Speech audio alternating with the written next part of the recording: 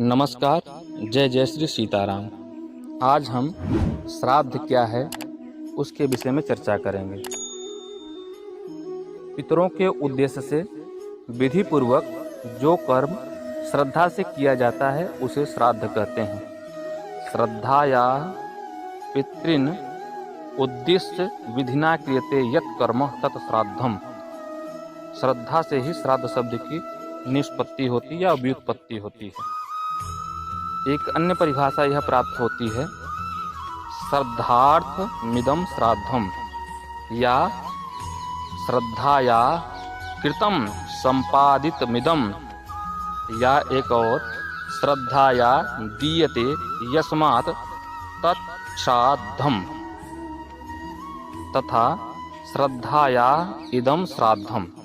ये कुछ परिभाषाएं प्राप्त होती हैं श्राद्ध के संबंध में, अर्थात अपने मृत पितृगण के उद्देश्य से श्रद्धापूर्वक किए जाने वाले कर्म विशेष को श्राद्ध शब्द से जानते हैं। इसे हम अन्य शब्दों में पितृयज्ञ भी कहते हैं, जिसका वर्णन मनुस्मृति आदि धर्मशास्त्रों में, पुराणों में तथा वीरमित्रोदय, श्राद्ध कल्प लता, श्राद्ध तत्व, पितृदयिता आदि अनेक ग्रंथों में प्राप्त होता है।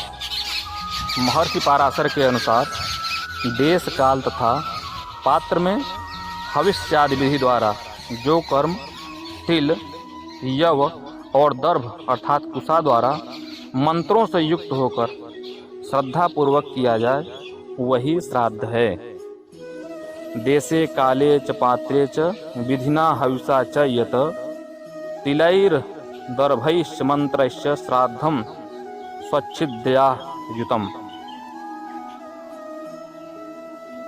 महर्षि बृहस्पति तथा श्राद्ध तत्व में वर्णित महर्षि पुलस्त्य के वचन अनुसार जिस कर्म विशेष में दुग्ध, घृत और मधु से युक्त सुसंस्कृति अच्छी प्रकार से पकाए हुए उत्तम व्यंजन को श्रद्धापूर्वक पितृगण के उद्देश्य से ब्राह्मण आदि को प्रदान किया जाए उसे श्राद्ध कहते हैं। संस्कृतम व्यंजनाद्यम च पयो मधु घृतान्वितम श्रद्धाया दीयते यस्मात् छाद्रम तेन निगद्यते। इसी प्रकार ब्रह्म पुराण में श्राद्ध का लक्षण लिखा है, देश काल और पात्र में विधि पूर्वक श्रद्धा से पितरों के उद्देश्य से जो ब्राह्मण को दिया जाए उसे श्राद्ध कहते हैं। अर्थात देशे काले च पात्रे च श्रद्धया विधिना च यत् पितृनुद्दिश्य विप्रेभ्यो दत्तम श्राद्ध मुदाहितम। और ये श्राद्ध क्यों किया जाता है, किस प्रकार से श्राद्ध करने से हमारा कल्याण होता है। जो प्राणी विधि पूर्वक शांत मन होकर श्राद्ध करता है वह सब पापों से रहित होकर मुक्ति को प्राप्त कर लेता है और इस संसार के चक्र में कभी पड़ता ही नहीं है।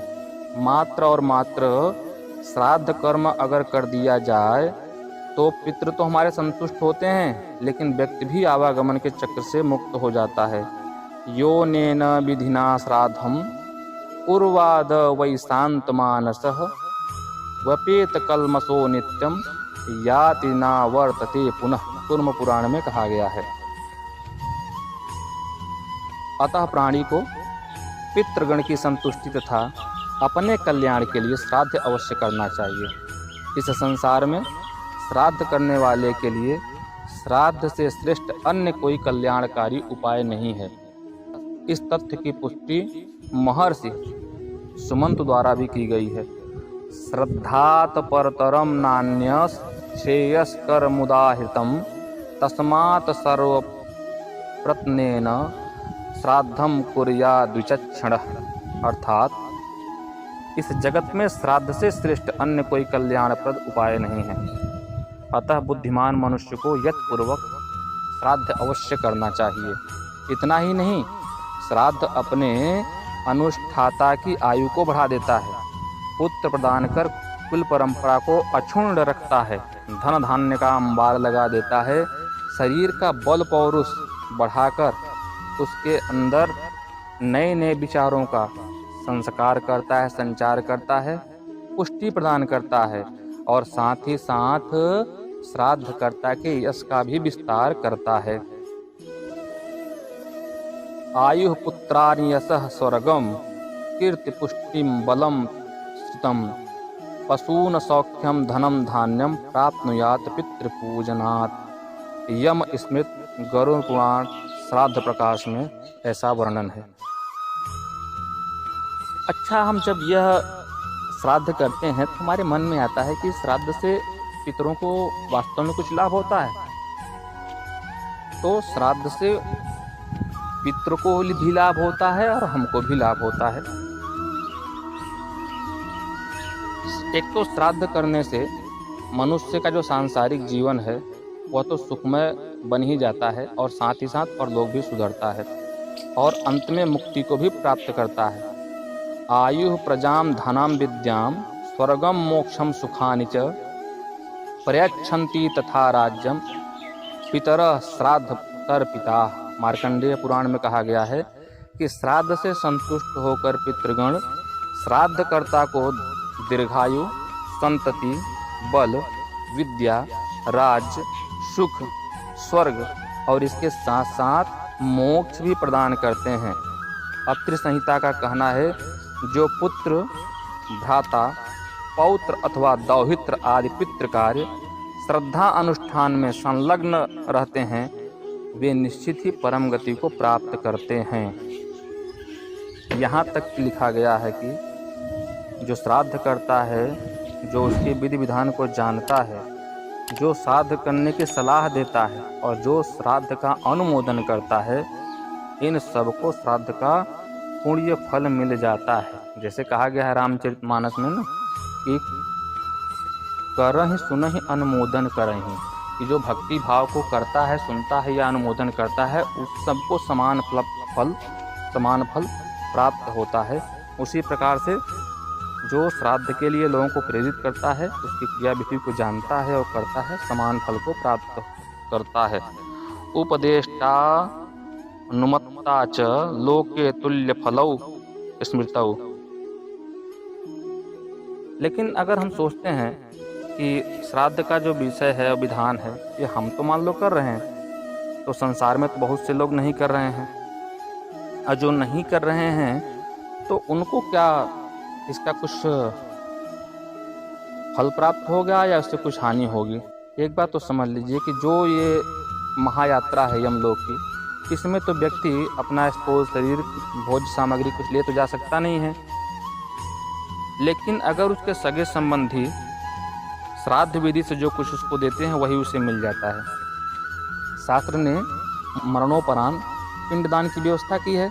सर्वप्रथम मृत्यु के पश्चात शव यात्रा के अंतर्गत 6 पिंडदान दिए जाते हैं, जिनसे भूमि के अधिष्ठात्री देवताओं की प्रसन्नता तथा भूत पिशाचों द्वारा होने वाली बाधाओं का निराकरण आदि प्रयोजन सिद्ध होते हैं।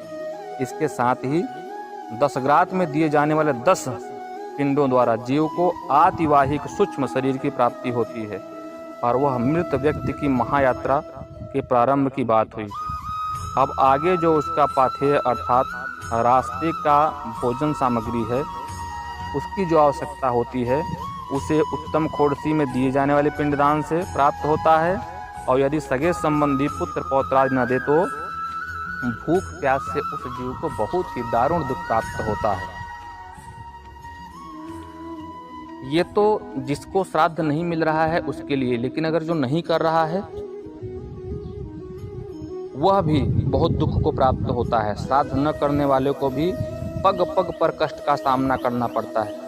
मृत प्राणी बाध्य होकर श्राद्ध न करने वाले अपने सगे संबंधियों का रक्त चूसते हैं। कहा गया है ब्रह्म पुराण में, श्राद्धम न कुरुते मोहात तस्य रक्तम पिबन्ति ते, और साथ ही साथ श्राप भी देते हैं। पितरस्तस्य शापम दत्वा प्रयान्ति च, नागर खंड में कहा गया है, और फिर अभिशप्त परिवार को जीवन भर कष्ट ही कष्ट झेलना पड़ता है। उस परिवार में पुत्र कभी उत्पन्न होता ही नहीं है, और अगर हो भी गया तो रोगी रहेगा, पहले तो होगा नहीं। संसार परिवार के सभी लोग रोग से ग्रसित रहेंगे, लंबी आयु किसी की नहीं होगी, सब अकाल मृत्यु को प्राप्त होंगे। किसी भी तरह से कल्याण उनको दिखेगा नहीं, और स्वर्ग के लिए तो वो भूल ही जाएं। नरक सुनिश्चित बना रहता है सभी के लिए। उपनिषदों में कहा गया है, देव पितृ कार्याभ्याम न प्रमदितव्यम। तैत्तिरीय उपनिषद 1:11-1। अर्थात देवता तथा पितरों के कार्यों में मनुष्यों को कदापि प्रमाद नहीं करना चाहिए। प्रमाद से प्रत्यवाय होता है। इसीलिए सदैव ही अपने जो भी सगे संबंधी हैं उनके लिए हमें श्राद्ध तर्पण इत्यादि करना चाहिए। अब बात यह आती है कि अगर मैं श्राद्ध करूंगा तो उनको प्राप्त कैसे होगा? मैं तो देख नहीं रहा हूँ। अंगुष्ठ के समान मान लो शरीर प्राप्त हो गया, आत्मा यमलोक के मार्ग पे चली गई, तो बताया गया है कि कैसे यहाँ उनको प्राप्त होता है। देखिए, हमारी जिज्ञासा स्वाभाविक है कि जब किसी व्यक्ति को श्राद्ध में दी गई अन्य सामग्रियां हैं वो कैसे पितरों को मिलती है, क्योंकि विभिन्न कर्मों के अनुसार जब मनुष्य जीव को भिन्न भिन्न गति प्राप्त होती है, कोई देवता बन जाता है, कोई पितर, कोई प्रेत, कोई हाथी, कोई चींटी, कोई वृक्ष, कोई पत्ता, कोई तृण, तो श्राद्ध में पिंड से हाथी का पेट कैसे भर सकता है, और इसी प्रकार चींटी इतने बड़े पिंड को कैसे खा सकती है? देवता अमृत से तृप्त होते हैं तो पिंड उन्हें कैसे तृप्ति मिलेगी? इन प्रश्नों का शास्त्र में सुस्पष्ट उत्तर दिया गया है कि नाम गोत्र के सहारे विश्व देव एवं अग्निस्वात आदि दिव्य पितर हव्य कण को पितरों को प्राप्त करा देते हैं। यदि पिता देव योनि को प्राप्त हो गया हो तो दिया गया अन्न उसे वहां अमृत होकर प्राप्त हो जाता है। मनुष्य योनि में अन्न रूप में तथा पशु योनि में तृण अर्थात घास फूस पत्ते के रूप में उसे प्राप्त हो जाता है। नागादि योनियों में जैसे सर्प आदि योनियों में वायु के रूप में, यक्ष योनि में पान रूप से तथा अन्य योनियों में उसी श्राद्धीय वस्त्र भोजन तृप्तिकर पदार्थों के रूप में प्राप्त होकर अवश्य ही तृप्ति करते हैं। अर्थात जिस भी योनि में जाएगा जिसका जो भोज्य पदार्थ होगा उसे उसी रूप में प्राप्त हो जाएगा। अगर कोई पेड़ पौधा बना है तो उसके लिए जो पोषक तत्व जमीन से मिट्टी से मिलते हैं वह उसी के रूप में परिवर्तित हो जाएगा। बस आपको करना क्या है कि नाम और गोत्र बोलकर इस क्रिया को करना है। नाम मंत्रास तथा देशा भवांतरगतानपि प्राणिनः प्रीणयन्ते थे तदाहारत्व मागतान। देवो यदि पिता जातः शुभकर्मानुयोगतः तस्यान्नमृतं भूत्वा देवतेप्य नुगच्छति। मर्त्यत्वे अन्नरूपेण पशुत्वे च तृणं भवेत्। श्राद्धान्नं वायुरूपेण नागत्वे व्युत्पतिष्ठति। पानं भवति यच्छत्वे नानाभोगकरं तथा। मार्कंडेय पुराण, वायु पुराण, श्राद्ध कल्पलता में इसका वर्णन है। मान लीजिए श्लोक के उच्चारण में आपको कहीं समझने में दिक्कत हो रही होगी जो हमारा उच्चारण है, तो आप वहाँ जाकर इसको देख सकते हैं जहाँ पे इसके बारे में विशेष रूप से दिया गया है।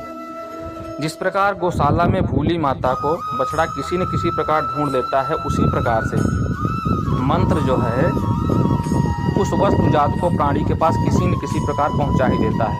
बस आपको नाम गोत्र और आपके जो हृदय के अंदर श्रद्धा है उसको विधि पूर्वक संकल्प पूर्वक उस पदार्थ को भक्ति भाव से उच्चारित मंत्र जब करेंगे तो स्वतः ही उसके पास उस मंत्र की शक्ति पहुंचा देगा।